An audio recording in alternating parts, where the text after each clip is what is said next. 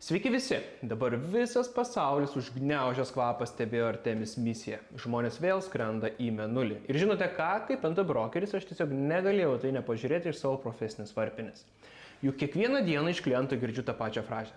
Kainos Vilniuje jau tikrai kosminės. Tad nusprendžiau patikrinti, ar tikrai jos tokios kosminės. Suskaičiau, kiek realiai kainuoja nekilnojamasis turtas Mėnulyje. Sudėjus kosminių gyvenamųjų modulių, gamybos ir jų pristatymo į Mėnulį, tai maždaug kvadratinis metras ten kainuoja 57 milijonus eurų. Taip, išgirdote teisingai. Už plotą, į kurį žemėje telpa tik jūsų dušo kabina, Mėnulyje sumokėsite 57 lemus. Už tokią 1 kvadratinio metro kainą čia žemėje jūs galėtumėte nusipirkti prabangiausią penthouse apartamentą pačiame New Yorko centre, ir dar šiek tiek jums liktų privačioje saloje Maldyvuose. Tiesą sakant, šitą Mėnulio gabalėlį ant savo sienos irgi paėmiau su paskola. 300 metų į priekį. Juokauju, žinoma. AliExpress, jeigu domina ši lempa, parašykite komentare, atsiųsiu nuorodą, kur labai panašią galite nusipirkti.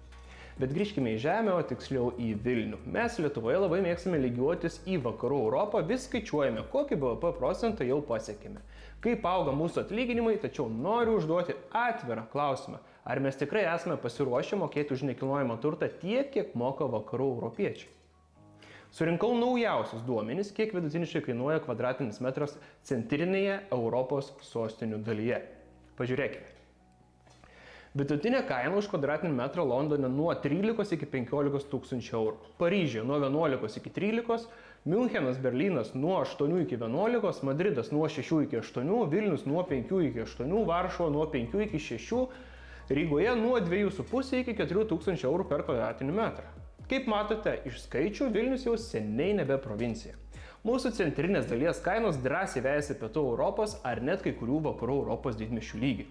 Tačiau iki Paryžiaus ar Londono mums dar tikrai yra kur augti.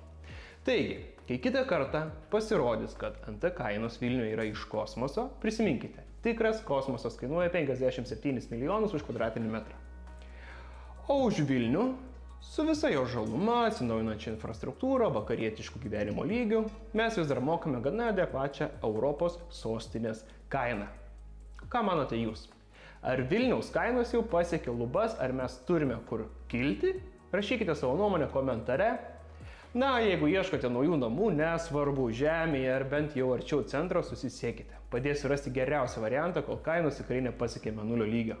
Na, o jeigu planuojate parduoti savo nekilnojamą turtą, skambink, rašyk, įvertinsim arčiau kosmoso lygio. Iki pasimatymo, mėlyjeji. Jeigu jums patiko šis video, prašau pasidalinkite su draugais, spauskite like, spauskite subscribe, tai yra pradžia. Ačiū, kad leidžiate man augti.